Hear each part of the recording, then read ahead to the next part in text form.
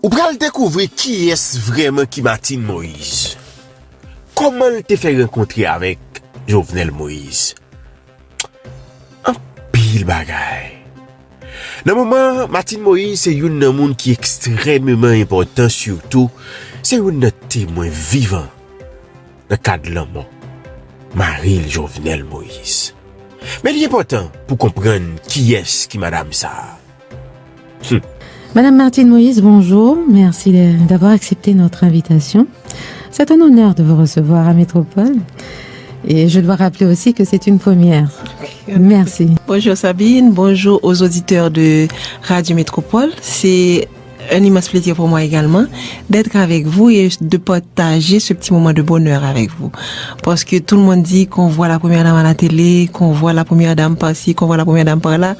Personne ne connaît pas vraiment ce que fait la première dame. Donc, elle est là pour partager avec les auditeurs de Métropole et tous les Haïtiens qui écoutent Métropole, pour partager sa vie, pour partager ses activités, pour partager ses joies et ses peurs également Oui. avec les auditeurs. Donc ça me fait très plaisir d'être là. D'accord. Alors, corrigez-moi si je ne me trompe. Vous êtes né le 5 juin 1974. En effet. Donc, vous avez 43 ans. Oui. C'est bien ça? Vous êtes né à Port-au-Prince, mais vous avez vécu à Port-de-Paix. Oui. Oui. Pendant votre petite enfance, c'est ça? Oui, en effet. Ensuite, vos études primaires et secondaires, vous les avez fait à Port-au-Prince, au collège Roger Anglade. En effet. Oui. Vos études universitaires en interprétariat à l'université Quisqueya. Oui. Et après votre mariage avec le président Jovenel Moïse, vous avez vécu au Cap-Haïtien. Comment expliquez-vous ce va-et-vient entre Port-au-Prince et la province? Ce va-et-vient était un va-et-vient obligatoire parce que après notre mariage, il nous fallait nous reconnecter parce qu'on est parti pour Port-au-Prince, nous deux. Quand je dis nous deux, parce que chacun de son côté, quand on était petit, Oui. nous sommes venus à Port-au-Prince, c'est parce que dans la province où nous vivions, il n'y avait pas vraiment une école et assez bonne. Oui. Donc nos parents ont voulu, pour pas faire nos éducations alors à tous les deux, venir à Port-au-Prince. Mais là, Port-au-Prince ne nous a pas vraiment attirés. Donc on a vécu à Port-au-Prince, mais chacun de notre côté, nous n'avons pas vraiment aimé. C'est la raison pour laquelle chaque fois qu'il y a une semaine ou deux, nous allions en province.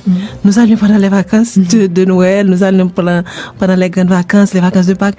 Donc, chaque fois qu'il y a une occasion de se rendre en province, nous y allions. Parce que pour nous, la province, c'est notre âme, c'est nous-mêmes. Donc, on vivait à Port-au-Prince parce qu'il nous fallait vivre à Port-au-Prince. Mais c'est pas parce que nous aimions. Donc, la première occasion, exactement, la première occasion que nous avons eue de laisser définitivement Port-au-prince, Vous l'avez fait. Oui. Mais vous avez dit que vos parents voulaient chacun de leur côté que vous veniez à Port-au-Prince pour pas faire vos études. Quand je dis nos parents, je parle des parents de Jo et de nos parents. Oui. De mes parents alors. Oui. Ça veut dire qu'on ne se connaissait pas, mais notre histoire était pratiquement pareille. Ah, d'accord. Ok. J'ai pensé que vous vous connaissiez déjà. Non. Non. On s'est rencontrés seulement à l'université. Oui. Alors, en faisant ce va-et-vient entre la province et la capitale, vous avez vécu proche de la paysannerie haïtienne. Est-ce que vous pensez que cela a été une expérience profitable qui peut vous servir aujourd'hui?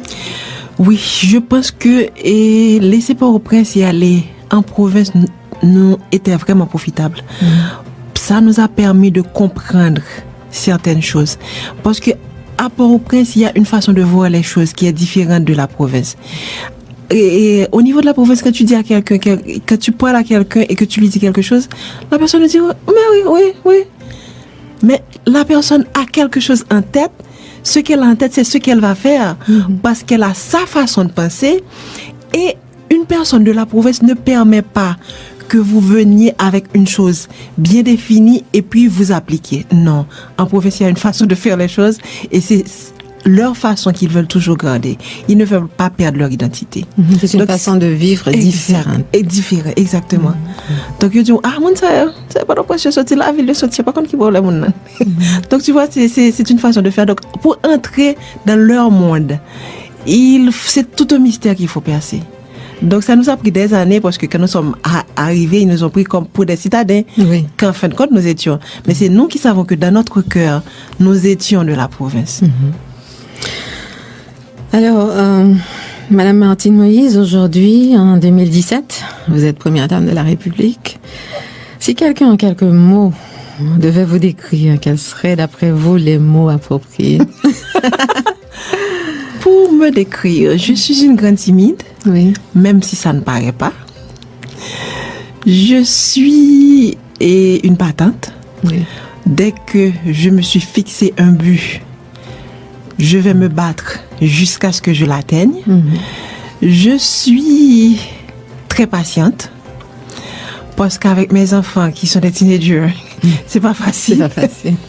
Parce qu'avec eux, on ne peut pas y aller fort. Oui. Pour dire, je ne veux pas ci, je ne veux pas ça. C'est ça. Parce que nous ne sommes pas tout le temps ensemble. Quand tu dis que je ne veux pas ci, je ne veux pas ça, quand tu n'es pas là, ils vont faire ce qui est interdit. Mais c'est leur dire avant tout, voilà ce qu'il faut faire, chérie. Voilà ce qu'il ne faut pas faire. Si tu fais ça, voilà ce que tu peux avoir comme résultat. Mais c'est leur donner aussi un champ où ils peuvent faire leur propre expérience tout en les protégeant.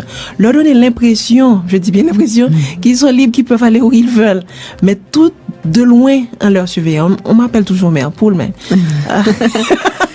je me résigne. Bon, c'est pas une mauvaise chose, moi, je trouve. En effet. Oui, il faut être là pour les protéger, même si leur donner du lest de temps en temps, mais tirer aussi sur la corde lorsqu'il le faut. Exactement. Il faut trouver la balance, j'imagine. C'est ça. Parce que là aussi, tu les mets en confiance. Parce que quand ils sont en confiance, quand il y a quelque chose qui ne va pas, ils viennent te trouver. Mamie, il y a telle chose qui ne va pas, qu'est-ce que je fais? Voilà, tu fais ci, tu fais ça, tu fais ça. Mais et surtout, ne jamais les mentir. Parce que si tu leur mens, ça va causer toute...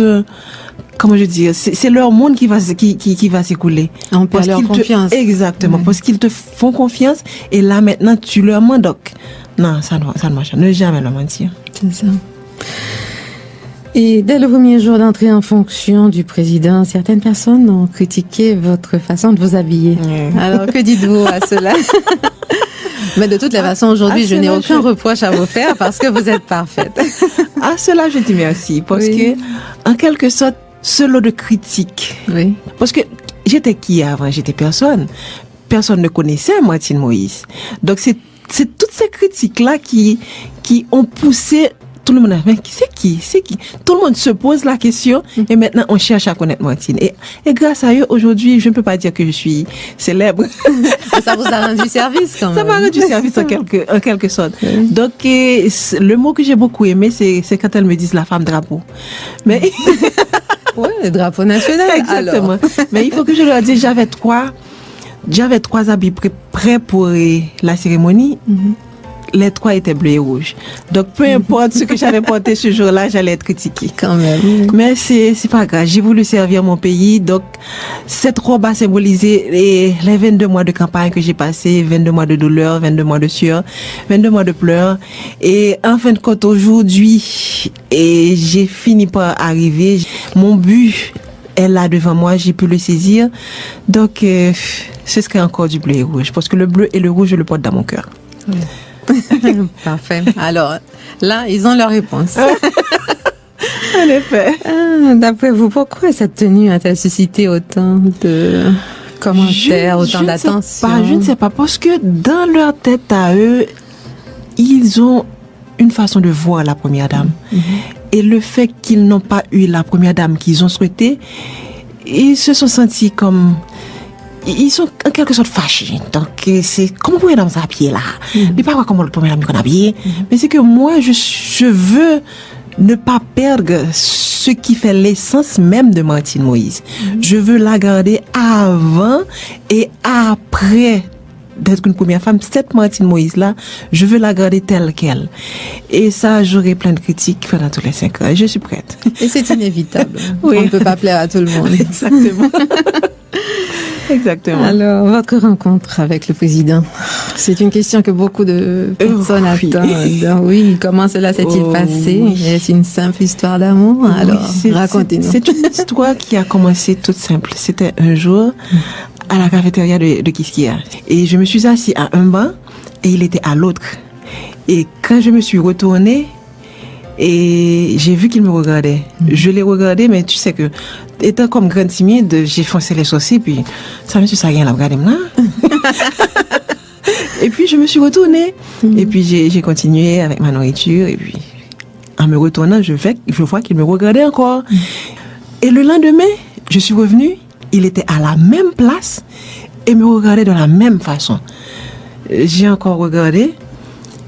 Et je me suis dit, oh bon Dieu, pas fait une examen juste à côté de là, non. Comme s'il avait entendu ce que j'avais dit dans mon cœur. Il est venu s'asseoir. Il est venu s'asseoir, on a commencé à parler. Je me suis dit, oh, mon cœur me dit, on n'est pas lui mal, c'est ça, non. Et on a parlé et voilà. Et depuis ce jour, on ne s'est plus quitté. Waouh, c'est une belle histoire d'amour. Alors, et quel genre d'homme est Jovenel Moïse? Est-ce que... Il est très difficile à vivre, comme tous les hommes haïtiens. Exigeant? Très exigeant. Mais pas impossible à vivre. Il a un côté chou, un côté, je dirais, câlin, comme tu as toujours envie de le prendre dans tes bras et de le bercer, même quand il est grand. Il est affectueux. Il est très affectueux. Oui. Il est un bon père de famille, bien qu'il n'a pas beaucoup de temps pour sa famille. Donc, ce qu'on fait, les enfants et moi, puisqu'on a vu beaucoup de femmes se plaignent parce que leur mari les trompe avec une autre femme. Nous, les enfants et moi, Jovenel nous a toujours trompé avec son boulot. Je dis, bon, au lieu de me battre contre le boulot, on nous entre là dans le monde. Et c'est comme ça qu'on est tombé amoureux aussi de son travail.